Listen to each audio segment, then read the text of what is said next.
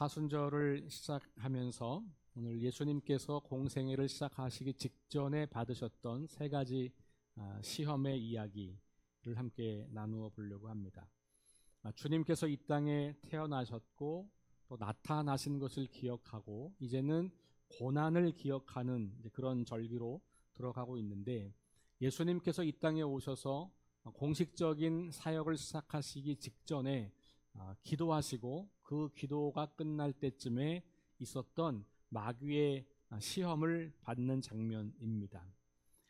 40이라고 하는 숫자는 성경에서 굉장히 의미 있는 숫자입니다. 문자적인 4라고 하는 것보다도 40이라고 하는 시간은 성경에 있는 모든 이야기 속에서는 하나님을 향해 나아가는 영적 여정이라고 볼 수가 있습니다. 훈련의 시간이라고 할 수도 있고 시험과 연단의 시간이라고 할 수도 있겠고, 이런 시간들을 우리가 보내고 있는 것을 성경은 기록하고 있습니다. 어떤 경우는 40년이 되기도 하죠. 우리 이스라엘 백성들이 광야에서 40년을 헤맸다라는 기록이 있지 않습니까? 40이라고 하는 숫자가 주는 의미가 그래서 아주 중요하다. 지금 우리가 지키고 있는 사순절이라고 하는 말도 40일 동안의 절기라는 말이에요. 숫자 4, 수는 열흘을 말하는 거고 절은 절기를 말하는 거니까 40일 동안 지키는 절기. 그래서 초대교회에서는 이때 이제 예수를 믿겠다고 찾아오는 사람들, 혹은 어떤 사람들의 전도를 받아서 교회에 온 사람들이 이 40일 동안 경건의 훈련을 하고 예수님을 알아가고 배워가고, 그러면서 이제 부활주일에 세례를 받는 준비를 하는 과정으로 그렇게 지켜왔습니다. 경건한 그리스도인들은 그 시간에 자신을 절제하고 또 평상시 누리던 그 삶을 절제하면서 예수님의 고난에 동참하는 삶을 살기도 했습니다. 그래서 이 사순절이라고 하는 기간은 우리가 조금은 더 경건하게 절제를 하면서 주님을 닮아가고, 그리고 하나님의 창조 세계를 돌아보는 일들을 하게 되죠. 과학이 발달하면서 우리가 음식을 절제하는 금식에서, 물론 지금도 유효한 금식이고 필요한 금식이긴 합니다만, 과학의 발전 이후에는 SNS, 이 전자기기를 절제하는 것도 사순절에 해왔던 그런 전통들에 이제는 포함되게 됐고, 최근 들어서는 탄소 금식, 우리가 지난주에 나눠드린 것처럼 이 지구 공동체를 생각하면서 탄소를 줄이는 활동들을 통해서도 우리가 주님을 닮아갈 수 있다. 하나님의 창조 세계를 돌보는 일에 동참하는 것이다. 이렇게 하면서 사순절의 그 의미들이 조금씩은 그렇게 새로워지고 있습니다. 그러나 의미가 새로워진다기보다는 사순절의 의미를 되새기고 기억하는 방식이 점점 달라지고 있다고 하는 것이죠. 핵심은 이 기간 동안 어떻게 하나님의 창조와 예수 그리스도의 구원을 경험한 우리들이 다른 사람들과는 구별된 삶으로 십자가의 길을 걸어갈 수 있을까, 주님을 닮아갈 수 있을까를 고민하는 것이지요. 그런 고민 속에 우리에게 다가오는 것은 늘 시험과 유혹입니다. 뭘 그렇게 살아, 힘들게 그냥 살지, 이런 유혹이죠. 그러므로 오늘 이 사순절 첫 번째 주일을 맞이하면서 예수님이 유혹을 받으시고 시험을 받으셨다는 이야기를 듣는 것은 의미가 있습니다. 왜냐하면 우리의 인생 자체가 유혹과 시험의 연속이기 때문입니다. 그러면 오늘 예수님의 이야기를 통하여서 우리가 어떻게 그것을 극복할 수 있는지, 그리고 그 유혹과 시험을 물리치고 주님을 따라갈 수 있는지를 배워보는 시간이 될 수 있겠습니다. 먼저 기억할 것은, 오늘 이 마귀의 유혹은 예수님을 업신여기거나 예수님을 무시하거나 그러지 않았어요. 오히려 예수님이 하나님의 아들임을 인정하고 그것을 떠받들듯이 하면서 하나님의 아들이라고 하는 것을 더 부각시키면서 그 권세 아래 자기도 있는 것처럼 그렇게 이야기를 하는 거죠. 그래서 마귀의 전략은 예수님이 하나님의 아들이라고 계속해서 인정하게 함으로써 그 예수님을 부추겨서 초자연적인 권세를, 다시 말하면 하나님의 권세를 자기를 위해서 사용하도록 하는 것, 여기에 핵심이 있다는 것을 기억할 필요가 있어요. 하나님이 주신 권능, 왜냐하면 여기 성령에 이끌려서 예수님께서 지금 계신다라고 하는 말씀은 하나님께서 예수님과 함께 계시고 예수님에게 권능을 주셨다고 하는 것을 암시하는 거거든요. 그러니까 마귀는 예수님을 무시하거나 하나님의 아들이 아니라고 말하는 게 아니라 하나님의 아들이고 권능을 받았으니 그것을 가지고 너 자신을 위해서 써라, 이렇게 유혹하는 거예요. 굉장히 달콤한 유혹이죠. 그 유혹 앞에 주님께서 그것을 물리치는 이야기입니다. 힘을 가지면 그 힘은 굉장히 위험해집니다. 힘이 커질수록 힘은 위험해져요. 칼이 날카로울수록 더 위험해지는 것처럼 힘은 쌓아질수록, 많아질수록 위험합니다. 왜냐하면 그 힘을 잘못 사용할 가능성이 커지고 잘못 사용하면 굉장히 많은 피해를 주기 때문에 그래요. 조금 어려운 말로 전능자 신화라는 게 있습니다. 내가 뭐든지 다 할 수 있을 것 같은 신화예요. 마약을 하면 그런 상태가 되는 거예요. 그러니까 내가 뭘 해도 괜찮은 거. 그런데 이 힘이라는 게, 권력이라는 게 바로 그런 속성을 가지고 있어서 이것을 가지면 가질수록 전능자 신화를 갖게 되고 내 마음대로 힘을 사용해도 된다는 생각을 하게 되고 그 결과 타락해 하는 거거든요.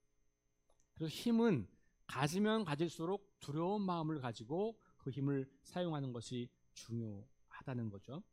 하나님께서 주신 권능을 자기 중심적으로 자기의 유익만을 위해 사용하는 것이 굉장히 위험한 유혹입니다.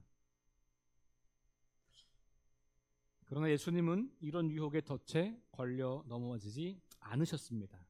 그리고 이 유혹은 앞으로 다가올 공생의 기간 내내 예수님에게 찾아올 그런 시험이기도 하다는 것을 우리에게 보여줍니다. 동시에 우리 모두에게, 인생을 살아가는 그리스도인들에게도 끊임없이 찾아오는 유혹이 바로 그런 것과 관련되어 있다고 말씀해주고 있습니다. 자, 첫 번째, 세 가지인데 좀 나누어서 생각해 보면, 첫 번째는 제가 주보에 써놓은 것처럼 생존에 관한 유혹이라고 볼 수가 있겠습니다. 내가 뭘 가지고 살아가냐, 내 인생은 뭘로 사냐, 이런 문제라고 볼 수 있는 겁니다. 40일을 금식하고 배가 고프신 주님 앞에 떡을 만들어서 먹으라라고 하는 유혹이 들려옵니다. 그럴 수 있는 능력을 가지고 있죠. 그러니까 하나님 주신 이 능력으로 내가 돌을 명해서 떡이 되게 해서 그걸 먹고 배부르면 되겠다, 이런 유혹인 거죠. 배고픈 사람에게 뭔가 음식을 제공하는 것, 음식을 주는 것은 가장 큰 필요를 충족시켜 주는 것이기 때문에 이건 굉장히 좋은 일입니다. 그럼에도 불구하고 이것은 유혹이 되고 있는 것이죠. 왜냐하면 예수님은 하나님이 주신 힘을 가지고 자기의 생명의 근원이 어디에서 오는지를 잊어버리고 음식을 통해서, 먹을 걸 통해서 생명의 근원이 거기 있다는 것을 증명하라고 하는 그런 유혹이기 때문에 그런 것이죠. 조금 확장하면 경제적인 풍요로움이라고 말할 수 있습니다. 경제적인 풍요로움이 우리의 삶을 지탱해주는 힘이다, 틀린 말 아니죠. 유혹은 새빨간 거짓말이 아니에요. 늘 유혹은 그럴듯한 이야기입니다. 우리를 시험하는 것들은 한눈에 알아차릴 수 있는 새빨간 거짓말이 아니고요, 아주 그럴듯해서 민감하게 듣지 않으면, 생각하여 듣지 않으면 금방 속아 넘어갈 수 있는 것들이에요. 그런데 이것은 얼마나 유익한 일이고 좋은 일이에요. 그 능력을 가지고 음식을 만들어서 배고픔을 해결하라, 좋은 일이잖아요. 예수님께서는 그것을 거절합니다.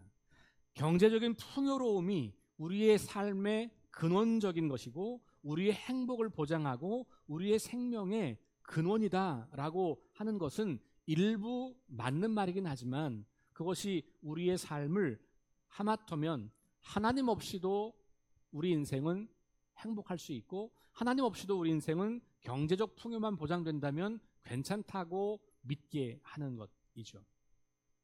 실제로 많은 사람들이 하나님을 믿는다고 하지만 결정적인 순간이 되면 경제력을 따지게 되죠.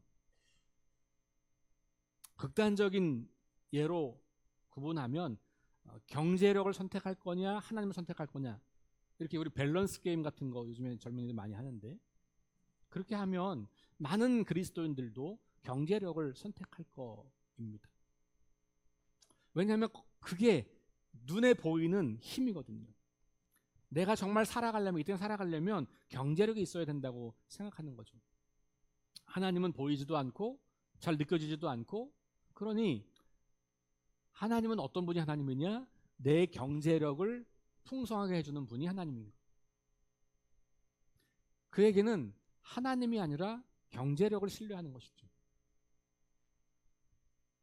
그 유혹을 우리에게 지금 하고 있는 겁니다. 다시 말씀드립니다. 이거는 극단적으로 가면 너무나 당연한 사실이죠. 우리 안 먹으면 죽는 거니까. 그럼에도 불구하고 이것은 우리의 삶의 근간을 흔들어 놓을 수 있는 유혹이 되는 것이죠. 하나님이 없어도 된다. 말씀이 없어도 된다는 생각을 하게 하기 때문에 그렇습니다. 그래서 예수님께서는 이 유혹을 물리치실 때 뭐라고 말씀하시냐면 사람은 빵으로만 사는 존재가 아니다 이렇게 말씀을 하는 거예요. 사람은 음식으로만 사는 게 아니다.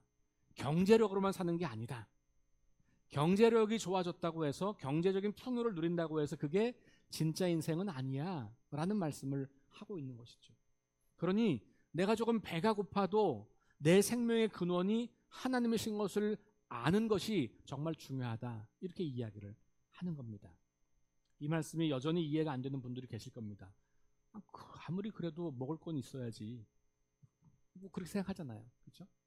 아니 아무리 그래도 먹을 건 있어야지 뭘 사는 거지. 먹을 거 없는데 뭐 하나님이 뭔 소용이야. 그 유혹인 거죠. 우리 인생은 끊임없이 그 유혹을 우리에게 하고 있는 거예요.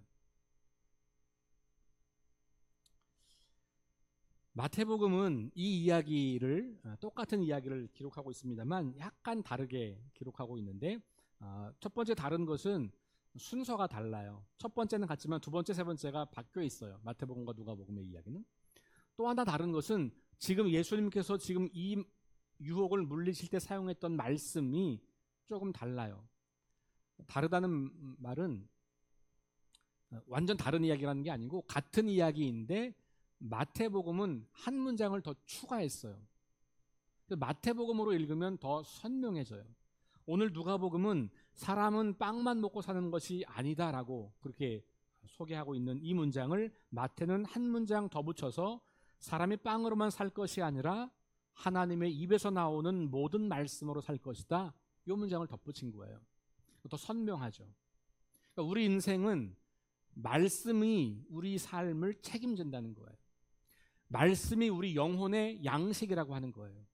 말씀이 우리 삶을 진짜 인생으로 만들어준다는 거예요. 그러니까 우리 그런 거 있잖아요. 왜?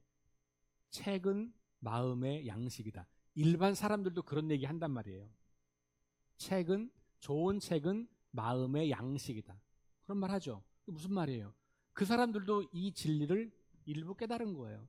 사람은 경제적인 것으로만, 먹는 것으로만, 입는 것으로만 그렇게 사는 거 아니고 마음이 변해야, 마음이 중요해. 그 마음이 진짜 인생이야. 이렇게 말하는 거잖아요. 그게 마음의 양식이라는 말이거든요. 우리 그리스도인들은 하나님의 말씀이 우리 영혼의 양식이라고 믿는 사람들이에요. 그래서 아무리 많은 것을 가지고 있다고 할지라도 말씀을 먹지 않는다면 가장 배고픈 사람, 굶어 죽는 사람이 되는 것이죠.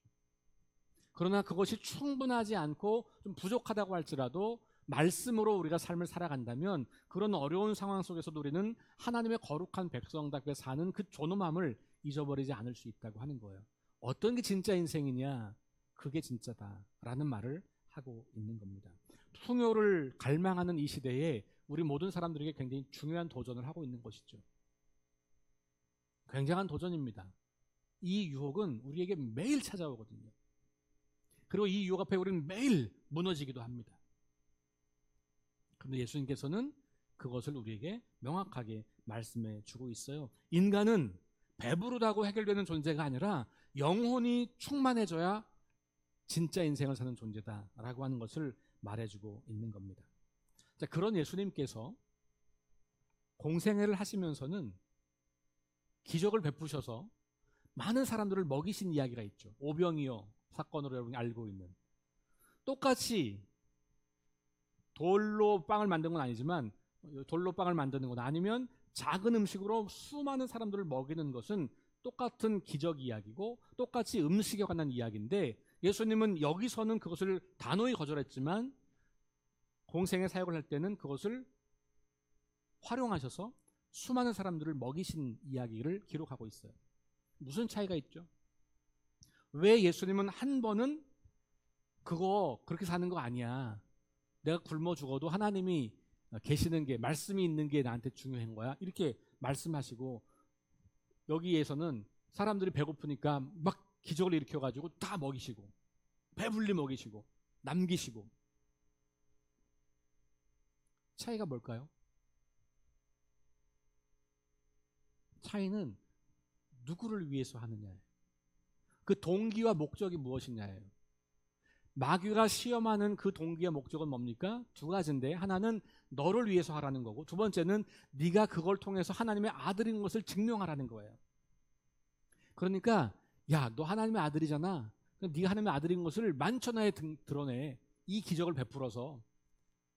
그리고 너 배고프잖아. 네가 그 능력을 행해서 그거 너 배불리 먹어. 자기를 충족시키는 것, 자기를 과시하는 것, 자기의 이름을 높이는 것, 그것을 위해서 우리가 이걸 추구하는 것은 주님께서 거부하시는 거예요.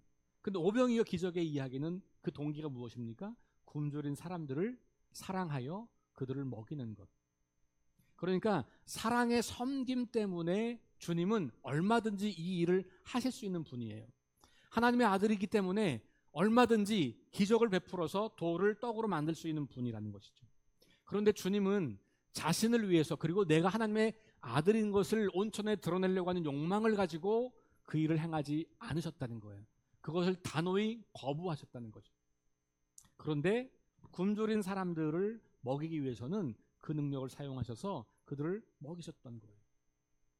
그러니까 이게 다시 돌아가면 힘을 누구를 위해서 사용하느냐, 능력을 어떻게 사용하느냐, 달란트와 은사를 뭘 위해서 사용하느냐, 아주 중요한 문제인 것이죠. 단순하게 음식의 문제나 생명의 근원의 문제만이 아니라 확장하면 힘을 어떻게 사용하느냐의 문제예요. 그 힘의 문제를 두 번째에서 더 선명하게 말해주고 있습니다. 자, 두 번째 유혹은 무엇입니까? 권세. 나한테 절하면 이 세상의 모든 권세와 영광을 너에게 주겠다라고 하는 거예요. 마귀가 예수님에게 천한 만국을 보여주면서 자신에게 절만 하면 온 세상의 권세와 영광을 주겠노라고 그렇게 말합니다. 더 많은 힘을 갖기 원하고 더 많은 사람들을 통제하기 원하고 반대로 아무에게도 통제받고 싶어 하지 않는 그것을 꿈꾸는 우리 시대에 이것만큼 큰 유혹이 또 있겠습니까? 누군가가 우리에게 와서 내가 엄청난 권력을 줄 테니 나한테 절해 라고 하는 거예요. 근데 이게 이제는 첫 번째랑 연결하면 이 권력을 돈으로 살 수 있다고 믿기 때문에 돈이 권력이 되는 거죠, 지금은. 그래서 뭐 어떻게 해요? 내가 이만큼의 돈을 줄 테니 나한테 절을 해라. 그러면 많은 사람들은 얼씨구나 좋다 하고 절을 하죠. 뭐 이것쯤이야. 내가 이것쯤이야. 이걸 준다는데. 그런 유혹일 수 있다는 겁니다. 통제받고 싶지 않은 욕망, 뒤집으면 통제하고 싶은 욕망. 내가 스스로 모든 것을 통제하고 싶은 욕망이야말로 우리 인간이 끝없이 받고 있는 욕망이죠. 유혹이죠. 우리 그렇지 않습니까? 아주 어린 아이들도 조금만한 힘이 생기면 이것으로 내가 통제하고 싶어 하지, 통제받고 싶어 하지 않아요. 그 힘을 사용해서 다른 사람들을 돕고 섬기려고 하기보다는 그 힘을 사용해서 다른 사람들이 나를 섬기도록 상황을 만들어 가려고 하는 거잖아요. 이게 바로 그 유혹이에요. 심지어는 교회 안에서도 그런 유혹이 날마다 있죠. 목회하는 저에게도 이런 유혹은 날마다 있습니다. 목사이기 때문에 많은 힘을 가지고 있어서 그 힘을 나를 위해서 쓰려고 하는 유혹. 사실 이미 이 설교 자체는 굉장히 저에게 힘이 집중되어 있는 거잖아요. 그러니까 예배가 이 설교를 통해서 목사는 내가 하고 싶은 얘기를 한단 말이에요. 여러분들은 그냥 무조건 들어야만 되잖아요. 그러니까 이걸 권력으로 사용하면 엄청난 것이죠. 그런 유혹을 받습니다. 여러분들도 마찬가지죠. 무슨 회장님이다, 부장님이다, 뭐 장로다, 권사다 라고 할 때 그것이 주는 힘이 있어요. 그래서 그 힘을 내가 마음대로 사용하고 싶은 욕망이 생기는 거예요. 내가 하고 싶은 대로, 내가 원하는 대로. 이걸 가지고 어떻게 성도들을 잘 섬길까, 이걸로 어떻게 교회를 잘 세울까가 관심이 아니라 어떻게 나를 드러낼까, 어떻게 내가 원하는 것을 이루어갈까. 물론 겉으로는 그렇게 말하지 않습니다. 교회를 위해서 그러는 거고 주님을 위해서 그러는 거고 이렇게 말하지만 정작 실체는 자신을 위해서 그 힘을 사용하고 싶은 욕망들이 우리에게는 끊임없이 올라오고 있는 게 우리의 실존인 것이죠. 그래서 그 힘을 제공해 주는 대상이 신이 되는 거예요. 그러니 우리는 그 신에게 굴복하고 경배하죠. 근데 사실은 그 힘 자체가 신이 되어버리는 겁니다. 힘이, 돈이 그것 자체가 힘이 되고 그것 자체가 신이 되어서 우리는 그것을 섬기는 존재로 전락하게 되는 거죠. 그래서 예수님께서는 이 유혹 앞에서 뭐라고 말씀하십니까? 하나님만 경배하고 하나님만 섬겨라 이렇게 말씀하는 거예요. 힘을 추구하라고 하는, 힘을 주겠다고 하는 그 유혹 앞에 참된 힘은 하나님이시지 다른 데서 우리의 힘을 구하는 건 아니다라고 말씀을 하고 있는 겁니다. 그러므로 이 이야기는 우리 인생이 누구를 섬길 것인가의 문제를 선택하라고 하는 이야기이기도 한 거예요. 우리는 다 독립적인 존재인 것 같고 인간은 다 자기 스스로 독립해서 살아가는 존재라고 말하지만 그렇지 않습니다. 인간은요, 필연적으로 누군가를, 무엇인가를 의지해서 살아가는 존재예요. 독립했다고 하는 사람들도 그가 의지하는 무엇인가가 있는 거예요. 독립했다고 착각하는 것뿐이죠. 그가 믿는 신념이 있는 거고 그가 의지하는 뭔가의 힘이 있는 것입니다. 인간은 절대로 독립해서 살 수 있는 존재가 아니에요.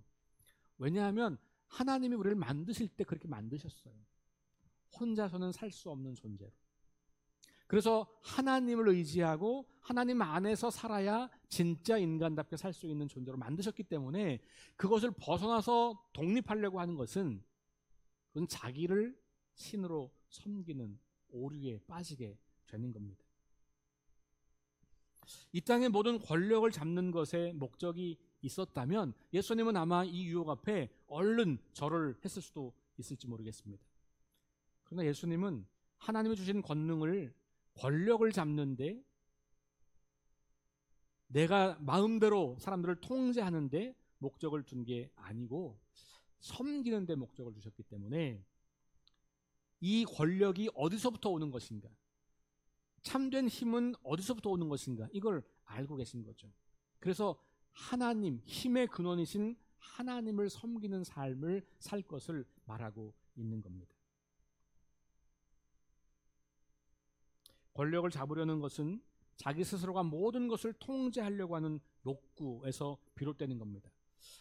정상적으로 우리가 주어지는 권력이 있고 힘이 있어서 그것을 잘 사용하는 것은 필요한 일이죠. 힘이 필요 없다는 말씀을 드리는 게 아니에요. 우리에게 힘이 필요합니다. 문제는 그 힘을 사용하느냐, 그 힘에 내가 지배당하느냐의 문제. 그 힘을 내가 어떻게 사용하느냐에 따라서 내가 그 힘을 사용하기도 하고 그 힘이 나를 지배하기도 하는 거예요. 반지의 제왕에서 여러분 그 절대 반지 그거 차지하려고 막 암투를 벌이는 장면들이 나오잖아요. 그걸 끼면 내가 모든 것을 통제할 힘이 생기는 거예요. 우리 인간은 다 그걸 따라가고 있다는 것을 보여주고 있는 장면이지요. 오늘날 일부 그리스도인들이, 일부 종교인들이 그렇습니다. 마치 하나님을 믿으면 내가 모든 것을 할 수 있다고, 내가 하나님을 믿기 때문에, 기도하기 때문에 모든 것을 내가 해도 된다고 착각을 하기 시작했습니다. 하나님 자신도 내가 통제할 수 있다고 믿는 사람들까지 생겼으니 얼마나 심각합니까? 자신이 하면 모든 것이 옳다고 주장하는 사람들, 나는 기도했기 때문에, 하나님의 응답받았기 때문에 모든 것이 괜찮아라고 말하는 사람들, 권력에 사로잡힌 사람들일 가능성이 높습니다. 기독교의 이름으로, 하나님의 이름으로 폭력을 행사하고 사람들을 선동하고 자기를 절대화하는 것, 이 마귀의 유혹에 넘어가는 일이에요. 오늘날 이 유혹에 담대하게 맞서는 사람들이 필요한 시대를 우리는 살고 있는 겁니다. 세 번째 유혹은 신비와 기적에 관한 거예요. 우리는 기적을 참 좋아합니다. 우리의 한계가 있기 때문에 그렇죠. 하나님을 믿는다는 것은 내 힘으로 안 되는 어떤 것들을 하나님을 이용해서 그걸 얻으려고 하는 욕망인 경우가 많습니다. 그러니 기도라고 하는 거룩한 행위가 실은 자기 욕망을 추구하는 그런 아주 세속적 표현이 되기도 하는 거예요. 맹목적인 신앙이라고 말할 수도 있습니다. 하나님은 내가 원하는 것이라면 무엇이든지 주셔야 한다고 믿는 겁니다. 기적을 행해서라도, 신비하고 기적적인 방법을 사용해서라도 그것을 주신다고 세게 믿는 게 좋은 믿음이라고 우리는 착각하고 있는 겁니다. 그러나 성경은 그것이야말로 마귀의 전략이라고 우리에게 말해주고 있는 겁니다. 그래서 주님께서 말씀하시죠. 주 너의 하나님을 시험하지 말라. 하나님을 시험하지 말라. 하나님 그거 해주면 내가 이거 할게요. 하나님 그거 해주시면 내가 할게요. 하나님 이거 해주세요. 이렇게 말하는 기도가 참 훌륭한 기도처럼 들리지만, 그러면 그럴수록 우리는 일상의 삶을 포기하고 이 세상에서 이루어지는 일반적인 것들을 무시하고 초월적인 것, 신비한 것, 기적만 바라게 되는 겁니다. 여러분, 그걸 바라는 게 중요하지 않고 하나님이 지금도 내 눈앞에 엄연한 한계가 있고 내가 어찌할 수 없는 현실 앞에 봉착해 있다고 할지라도 이걸 기적적으로 해결해 주면 하나님이고, 그렇지 않으면 하나님이 아닌 거, 이런 게 아니고, 내가 세게 믿으면 이걸 무조건 해주시는 분이 하나님인 게 아니고, 그게 되지 않는다고 할지라도, 그 한계를 뛰어넘을 수 없다고 할지라도 여전히 하나님은 나를 사랑하고 계시고 여전히 나는 그 하나님을 신뢰하며 살아가는 것, 이게 믿음이라는 거예요. 여러분, 하나님께 기도하면 다 돼라고 하는 말은 되게 좋은 말 같지만 위험한 말이에요. 왜냐하면 하나님을 믿는 게 아니고 나를 믿는 것이기 때문에 그래요. 내가 기도하면 하나님이 다 들어줘야 되는 겁니까? 그럼 누가 하나님이에요? 내가 하나님인 거죠. 하나님은 내가 말씀드리고 내가 기도하면 무조건 다 들어줘야 돼, 이렇게 믿는 것은 좋은 믿음이 아니에요. 기도는 내가 원하는 것을 얻어내는 통로가 아니라 내 뜻을 하나님의 뜻에 복종시키는 일이에요. 그러니 여러분, 신앙생활은 늘 유혹이에요. 내가 보이지 않는 하나님을 믿는다고 하는 것 자체가 우리에게 엄청난 유혹을 가져다 주는 거예요. 하나님이 우리에게 생각할 수 있는 능력을 주셨고 판단할 수 있는 능력을 주셨고 일상의 삶에서 누릴 수 있는 것들을 주셨어요. 그래서 우리는 그것들을 통해서 한계 안에서 하나님을 사랑하고 한계 안에서 사람들을 사랑하고 한계 안에서 교회를 섬기는 사람들을 부르심 받은 거예요. 이 한계를 뛰어넘는 것만이 믿음이라고 생각하는 것, 이 한계를 뛰어넘는 기적을 베풀어야만 하나님이 살아계심이라고 믿는 것은 엄청난 유혹입니다. 그것은 인간이 하나님이 되고 싶은 욕망이에요. 인간이 모든 것을 해결할 수 있다고 하는 욕망이에요. 신을 동원해서, 신을 이용해서. 그러니 그것이야말로 엄청난 유혹이고 엄청난 불신앙이 되는 겁니다. 오늘날 우리 교회가 그런 모습들 속에 빠져 있는 것은 아닌지 돌아보는 겁니다. 이 사순절, 우리가 주님의 고난을 묵상하는 이 절기를 시작하면서 이 세 가지 유혹의 이야기를 들으면서 우리도 모르는 사이에 수없이 빠졌던 어쩌면 지금도 그 유혹 속에서 헤매고 있는 우리들에게 눈을 뜨게 해주는 것이죠. 주님은 말씀하십니다. 오늘 우리가 유혹을 물리치고 하나님을 신뢰하고 그 말씀 안에서 살아가는 것, 이것이 얼마나 중요한지를 우리에게 들려주고 있는 것이죠. 우리 인생을 광야로 비유합니다. 그렇죠? 광야는 거친 곳이에요. 시험이 있는 곳이에요. 한계를 날마다 경험하는 곳이에요. 그래서 광야는 하나님의 도우심이 없이는 존재할 수 없는 곳이기도 해요. 끝없이 우리를 공격하는 것들이 많아요. 우리 인생을 광야라고 본다면 그 광야에 우리를 넘어뜨리려고, 우리를 죽이려고 다가오는 수많은 유혹들이 있다는 것을 기억할 필요가 있습니다. 그리스도인이 왜 고난을 당하냐, 그리스도인이 왜 어려움을 겪냐, 이렇게 질문하는 것은요, 이 원리를 잘 모르기 때문에 그래요. 예수 믿으면 불행 끝 행복 시작이 아니고요, 예수 믿으면 오히려 이 땅이 더 거친 광야가 되는 거예요. 세상은 이 유혹에 그냥 넘어가는 거예요. 그걸 그냥 받아들이는 거예요. 우리는 그걸 거부해야 돼요. 그러니 그리스도인들의 삶이 훨씬 더 어려울 수 있는 거죠. 이 풍요를 추구하고 풍요를 신으로 섬기는 시대에 우리는 그것 말고 말씀으로 인생을 살겠다고 하는 거예요. 힘을 추앙하고 힘을 가지려고 애쓰는 시대에 우리는 그 힘을 가지고 사람들을 섬기는 데 쓰려고 하는 거예요. 기적과 신비를 바라면서 맹목적인 신앙을 추구하는 이 시대에 생각하고 판단하고 합리적인 생각을 하는, 그래서 하나님의 뜻을 분별한다는 건 뭐예요? 생각하지 않으면 어떻게 분별하겠어요? 하나님의 뜻을 분별하는 것은요, 생각해야 돼요. 고민해야 돼요. 성경을 읽고 생각하는 거예요. 성경을 맹목적으로 읽는 것은 좋지 않아요. 그리고 그런 시대에, 그것이 믿음이 좋다고 말하는 이 시대에 완전 다른 삶을 우리에게 요구하고 있는 것이죠. 사순절 기간에 저는 여러분과 함께 이 광야와 같은 시간을 매일같이 다가오는 이 유혹들과 맞서 싸우는 시간으로 삼자고 여러분과 함께 말씀을 드리고 싶습니다. 하나님 나라를 거부하고 자신의 왕국을 세우라고 하는 유혹, 하나님의 자녀가 되었으니, 하나님이 너와 함께 하신다고 약속했으니 너 마음대로 해보라는 유혹, 세상 모든 것을 차지할 수 있으니 그렇게 하라는 유혹, 무조건 믿기만 하면 된다는 맹목적인 신앙을 가지라고 하는 그 유혹 앞에 우리는 서 있습니다. 근데 이 유혹을 물리칠 수 있는 유일한 방법은 말씀이에요. 예수님께서 이 모든 유혹을 물리쳤을 때마다 신명기의 말씀을 그대로 인용합니다. 신명기 말씀이라는 것은 예수님 시대의 성경을 인용했다는 말이에요. 그러니까 예수님은 이 성경을 그냥 거의 다 알고 계시는 거죠. 예수님만이 아니라 당시 경건한 유대인들은요, 성경을 거의 통째로 외웠다 그래요. 우리 존 웨슬리 목사님도 제가 이렇게 쭉 공부를 해보면 이분은 정말 성경을 히브리어 헬라어로 다 외운 것 같아요. 그분의 설교에는요, 성경의 인용이 무지하게 많아요. 근데 말 타고 다니면서 설교 준비하거든요.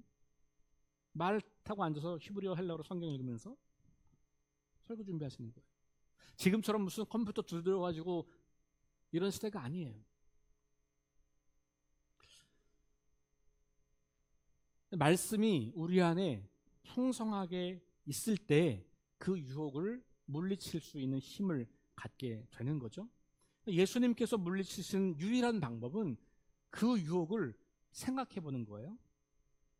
기준이 있어요. 말씀. 하나님의 말씀은 뭐라 그랬지? 생각하고 판단하고 분별하는 것. 그래서 그 성경이 진리라고 믿기 때문에 그 유혹을 물리치는 겁니다. 여러분 누군가에게 그냥 무조건 믿어, 그런 말 좀 하지 마세요. 기독교는 그냥 믿는 종교가 아니에요.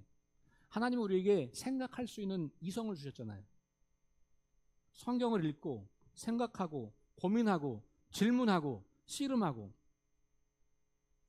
어제도 어떤 분이 저에게 질문이 있어가지고 찾아오셨어요.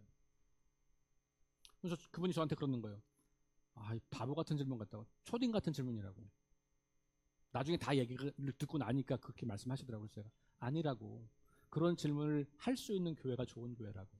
그런 질문을 하면 무시하고 정죄하고 그냥 믿으라고 하는 교회는 나쁜 교회라고. 우리 한국 교회가 그렇게 했기 때문에 젊은이들을 다 쫓아내보낸 겁니다. 당연히 질문이 있어야죠. 당연히 고민을 해야죠.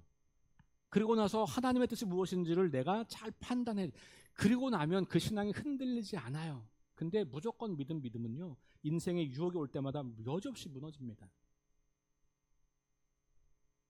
고난이 올 때마다 여지없이 무너져요. 조금만 어려우면, 조금만 내 마음에 들지 않으면, 조금만 내가 원했던 걸 얻지 못하면 아유, 하나님은 없네. 그리고 그냥 가버려요. 그 질문을 하면 자꾸 마귀 들렸다고, 사탄이 들었다고, 믿음이 없는 소리 하지 말라고, 그냥 믿으라고. 그러면서 그 질문을 허용하지 않으면 생각하는 그리스도인들은 다 나가서 다른 곳에 가서 답을 찾겠죠. 다른 곳에 가서 답을 찾으면 무슨 답을 얻겠어요? 하나님 없이 인생 사는 답을 얻는 거잖아요. 그러니 청년들에게 혹은 누군가가 여러분들에게 질문하면 모르면 모른다고 하시고, 나는 그거 몰라도 예수 믿는데 저는 문제가 없는데 너한테 그게 되게 중요한 문제인 것 같다. 한번 고민해보자. 한번 같이 알아보자. 목사님에게 질문해보자. 이렇게 하면서 질문을 허용하고 함께 그 질문에 답을 찾아가는 그 교회, 그런 교회가 돼야 되는 겁니다. 시험을 받았을 때 그 시험 앞에서 진지하게 고민하고 말씀을 묵상하고 생각하고 토론하고 대화하고, 그러면서 답을 하나씩 찾아가고, 때로는 답이 되지 않는다고 하더라도 그렇게 열려진 마음으로 자기의 질문을 받아주는 사람들이 있는 공동체는 떠나지 않아요. 답이 안 되는데 진짜 답이 뭐냐 하면 내 질문을 용납해주는 사람이 하나님의 살아계신 증거예요. 내가 어떤 질문을 해도 나를 비난하지 않고 품어주면서 함께 그 답을 찾아가려고 하는 사람들이 있다면 하나님이 나를 사랑하신다는 것을 경험하는 거예요. 내가 알고 싶은 것에 답을 몰라도 괜찮아요. 어쩌면 우리는 평생 해결되지 못하는 질문을 안고 살잖아요. 우리 인간이 어떻게 하나님을 다 알겠어요? 그렇잖아요. 우리가 어떻게 성경을 다 이해하겠어요? 불가능한 일이에요. 그러니 어느 누구도, 목회자들 중에도 똑같이 어느 누구도 모든 걸 다 아는 사람은 아무도 없다고요. 그러니 우리는 그런 교회를 세우고 싶은 겁니다. 자, 이 유혹 앞에 우리는 서로 대화하고 질문하고 기도하고 그리고 말씀을 읽고 답을 찾아가는 거예요. 그러니까 이 말씀을 중심으로 우리 삶을 계속 생각하고 고민하고 생각하게 하고 그러는 거죠. 제가 여러분들에게 말씀 묵상과 말씀 나눔을 강조하는 이유는 바로 거기 있는 거예요. 그럴 때 우리는 이 유혹들, 매일같이 다가오는, 아주 교묘하게 다가와서 그것이 마치 좋은 믿음이라고, 그것이 마치 믿음 좋은 사람이라고 착각하게 만드는 그 세속적인 이 유혹을 물리칠 수 있는 겁니다. 오늘 말씀의 마지막은 되게 재미있는 표현으로 끝나요. 뭐라고 끝납니까? 마귀가 모든 시험을 다한 후에 얼마 동안 떠나니라. 완전히 떠나지 않았어요. 예수님 공생의 내내 이 시험이 있다는 거예요. 여러분, 우리 인생도 마찬가지입니다. 잠시 떠났지만 그 마귀는 다시 우리를 향해 다가옵니다. 그래서 우리는 끊임없이 말씀을 묵상하고 그 말씀을 생각하고 그 말씀을 고민하고 그 말씀을 연구하고 그 말씀 안에서 내 인생을 세워가고 이걸 해야 하는 것이에요. 사랑하는 성도 여러분, 이렇게 끊임없이 우리를 넘어뜨리려고 다가오는 이 마귀의 유혹 앞에서 하나님을 신뢰하고 말씀에 순종하며 살아가는 그런 성도들 되기를 바랍니다. 이 사순절에 계속해서 그렇게 주님의 뒤를 따라서 말씀으로 유혹을 물리치는 것을 연습하고 훈련하며 함께 성장하고 훈련받는 그런 기회가 되기를 바랍니다. 예수님처럼 하나님의 말씀으로 모든 유혹을 물리치고 하나님 나라를 선포하고 드러내는 거룩한 공동체, 석교교회가 될 수 있기를 주의 이름으로 축원합니다.